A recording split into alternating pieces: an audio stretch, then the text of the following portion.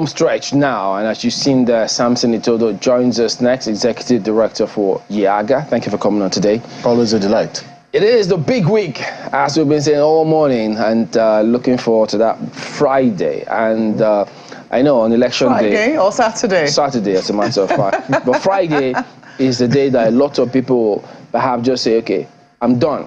I've decided. This is the final for me. So several people will be in that category. So yeah, to that extent. But election day itself, it comes with a different dynamic, different pressure, all sorts of things. You could even you could have voted 2-3 times and still make a mistake on that day concerning your ballot paper. And that's what we're talking about this morning in terms of how those scenarios should play out. How do we ensure that when we get in there, if we do thumbprint, we do it right? Yeah, I think it's important because for several elections, we've seen rejected ballots. And once a ballot is rejected, it will not count amongst the number of votes that will count on the day of election. So it's important for everyone who is going to vote on Saturday to thumbprint properly on the ballot paper that will be issued to them.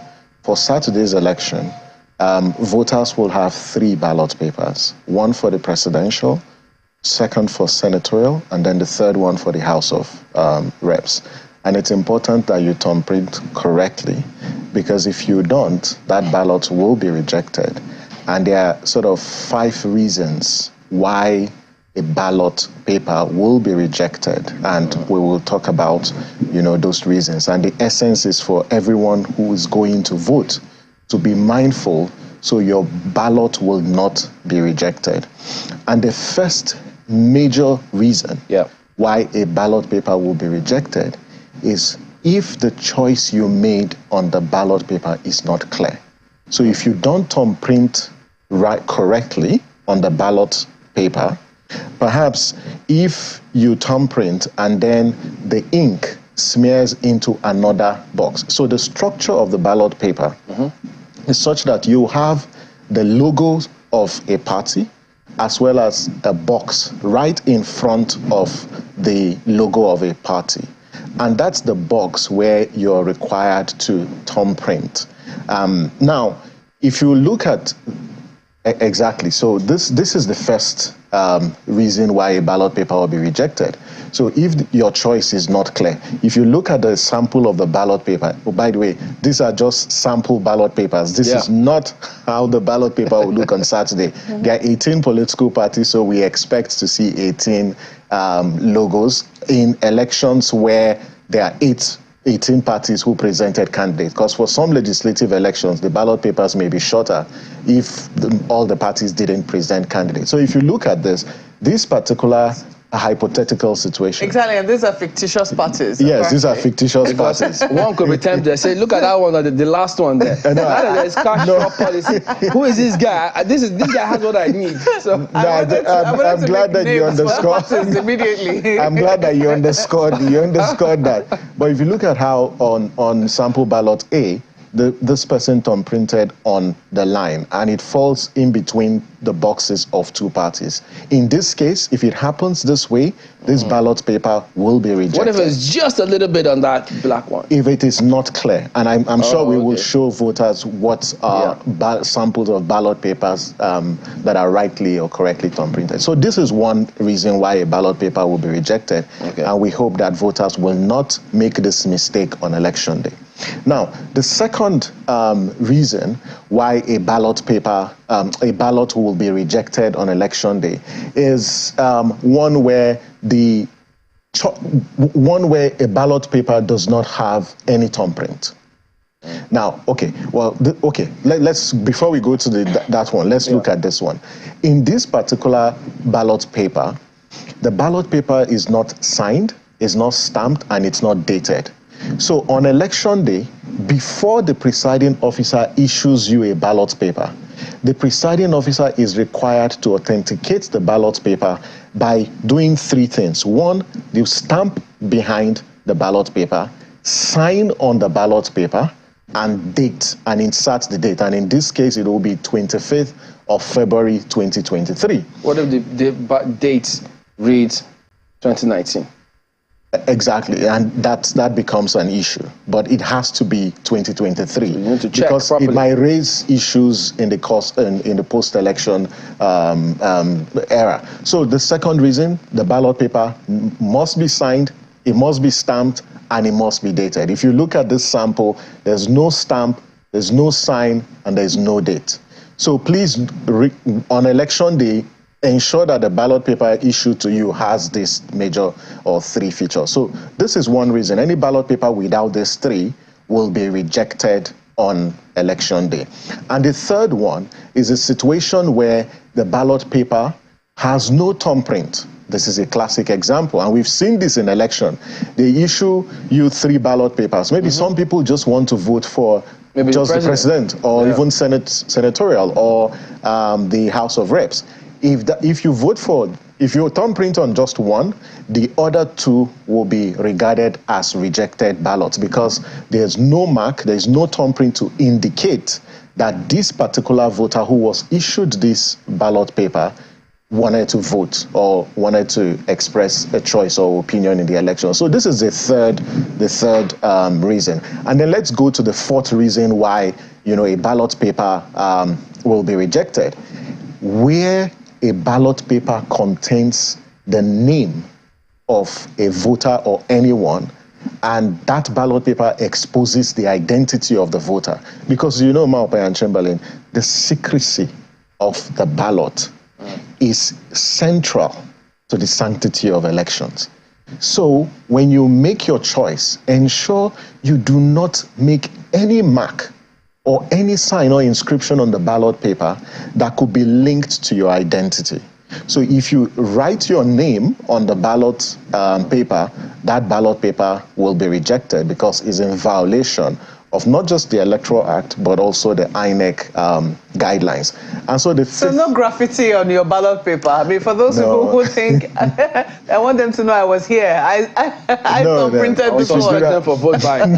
If you do that, that ballot paper will be rejected. Okay. And we want to reduce incidence of rejected ballots. Because in some cases, in some elections, you see as high as 2 or 3 million rejected ballot papers. And that's enough, to swing the outcome of the election. And so the fifth reason why a ballot paper will be rejected is one where a voter casts his vote or her vote for more than one party. So this is a classic example. So what if somebody says, well, I wanted to vote for this, but mistakenly I did this? No, that will lead to rejection of the ballot paper. So you need to think clearly. So because it's one man, one vote, and one vote for one particular one man, party. 2 votes. So this is one. Yeah, this is one man, 2 votes. So please do not thumbprint twice on your ballot paper, because if you do, the ballot paper will be rejected. And so these are examples or cases where ballot papers will be rejected. Whether you make the thumbprint on the box provided or on the logo of the party, it will be rejected. So let me get this straight, because I've seen you use this example quite a number of times. Assuming a person were to thumbprint not on the box provided, but on the logo of the party, and the person thumbprints just once. Yes. That is fine? No, that's fine, because it's clear that you're thumbprinting for that particular political party. But even though there's a whole obvious box beside it where you're supposed to thumbprint? Yeah, because the choice, what is central to this is the clarity of choice. Okay. If the choice of a voter is clear, then that ballot paper will be admitted. But so if what if he does it on that logo and beside, in the box, the empty box? If it's on the same line. Yeah, I think it's fine, because what happens is it is clear that this particular voter is voting for that particular political party.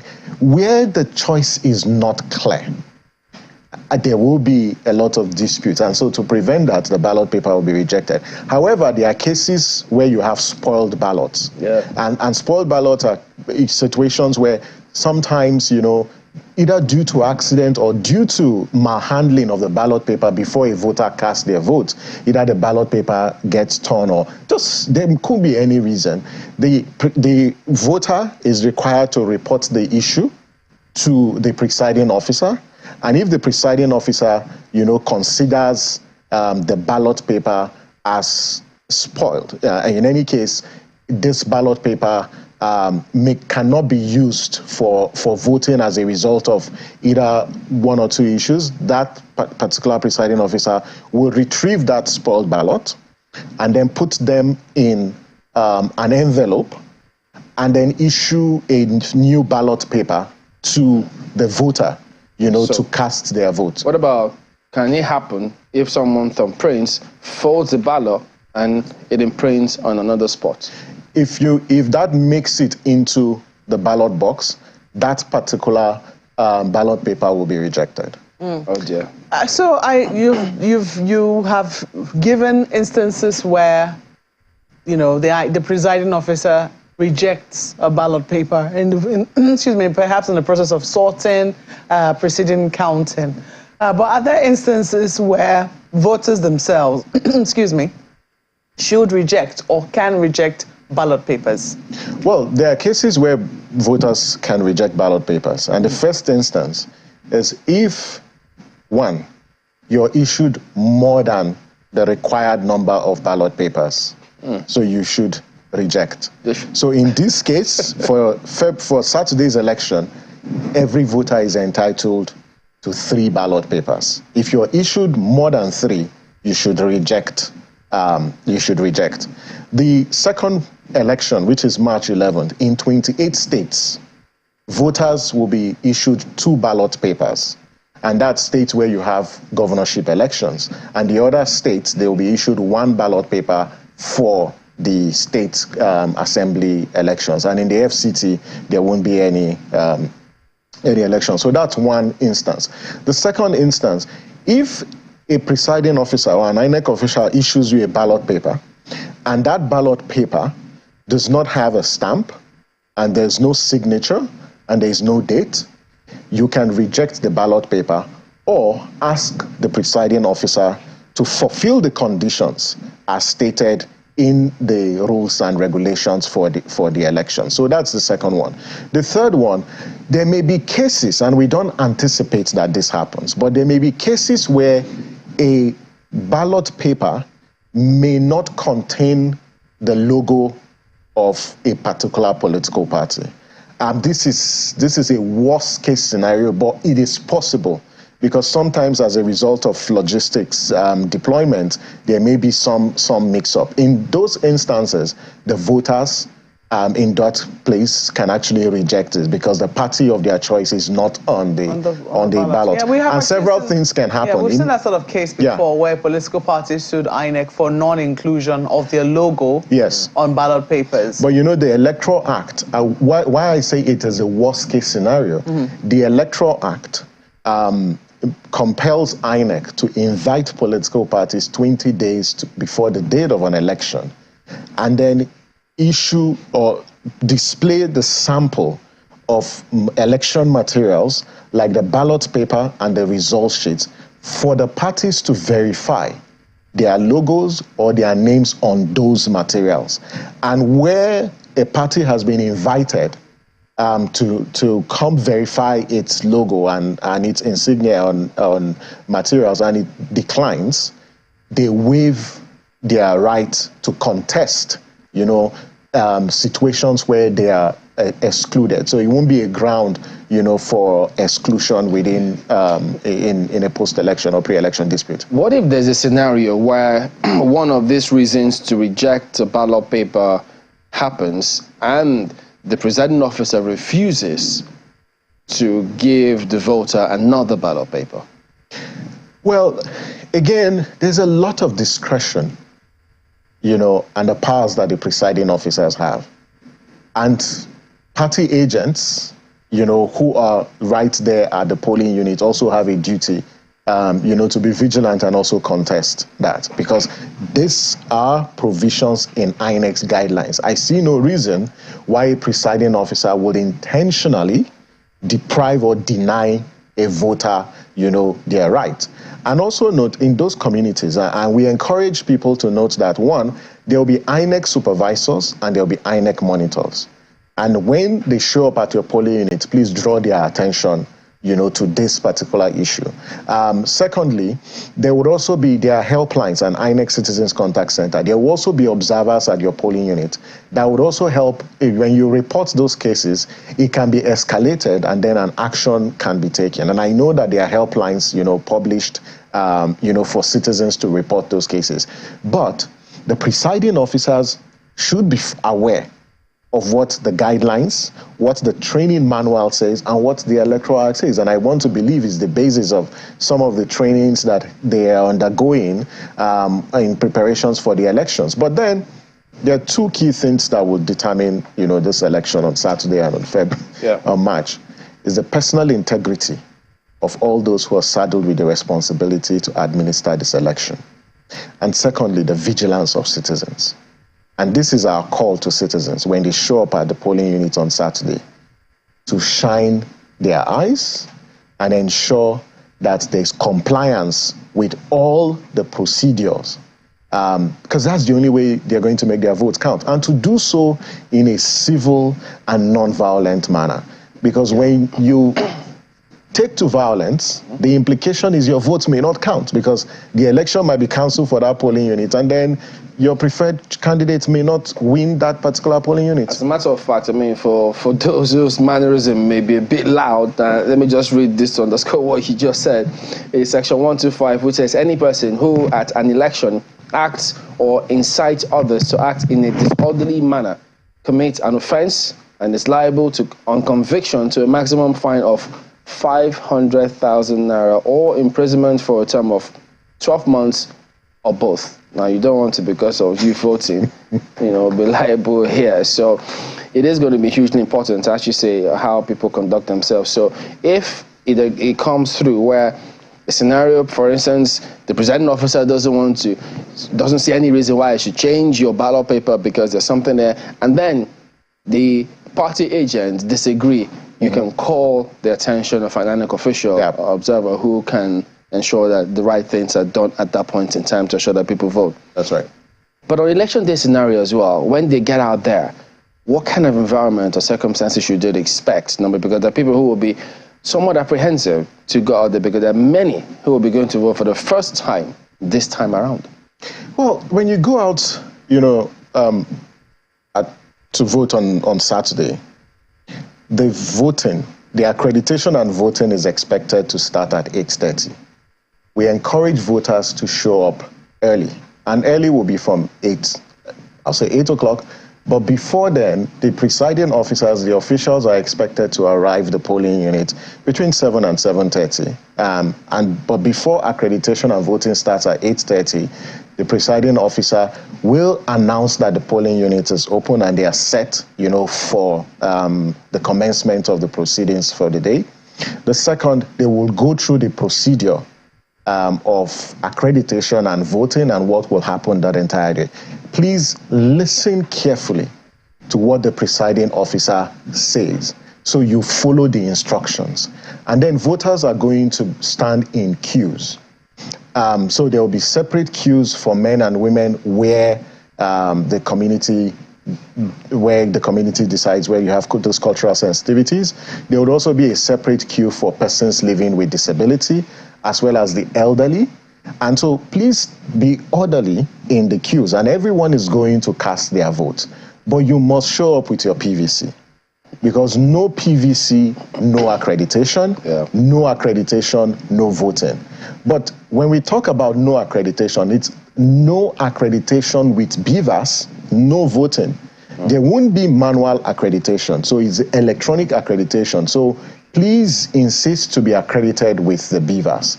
Once you've been accredited, you'll be issued the ballot paper. As we said, the ballot paper must contain a stamp, the signature, and the date of the presiding officer. Before issuing you the ballot paper, the presiding officer will pre-fold the ballot paper. I hope that before the elections, we can come talk about how to fold your ballot. How to fold your ballot paper. But the ballot paper will be pre-folded and issued to you. Take the ballot paper into the voting cubicle, cast your vote in secret, but before you come out, fold the ballot paper in the manner it was issued to you before you entered the voting cubicle.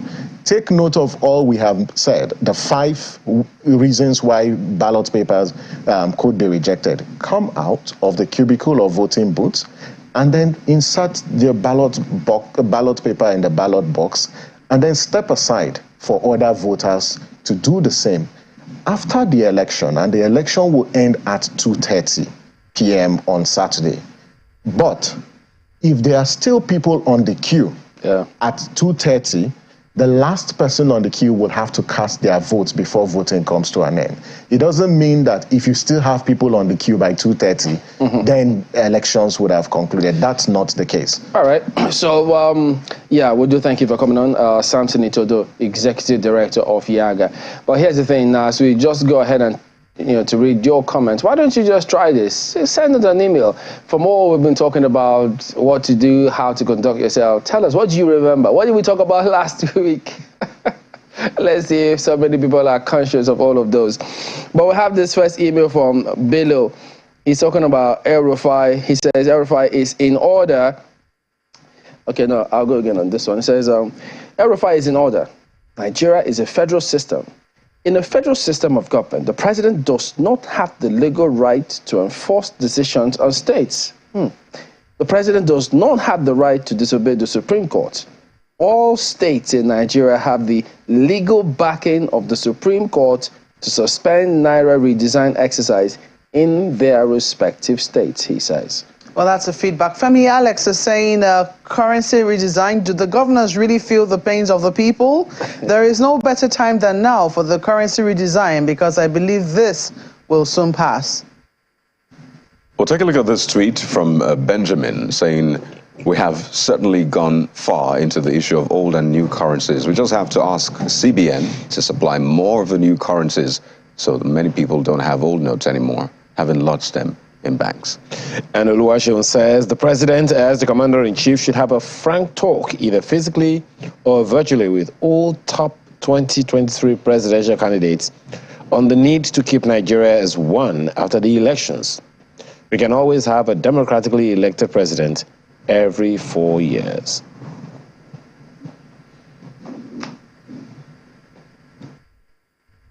All right, so there you go. That is it today on the 2023 verdict. We do thank you for your time and for your messages as well. We'll see you again tomorrow. I'm Chamberlain Oso. Have a good day. I'm Malpel Yusuf. Goodbye. Well, I'm Kayode Okikelu. Have a fantastic day ahead. And let there be peace. I'm Amaya Makinde. Have a wonderful day.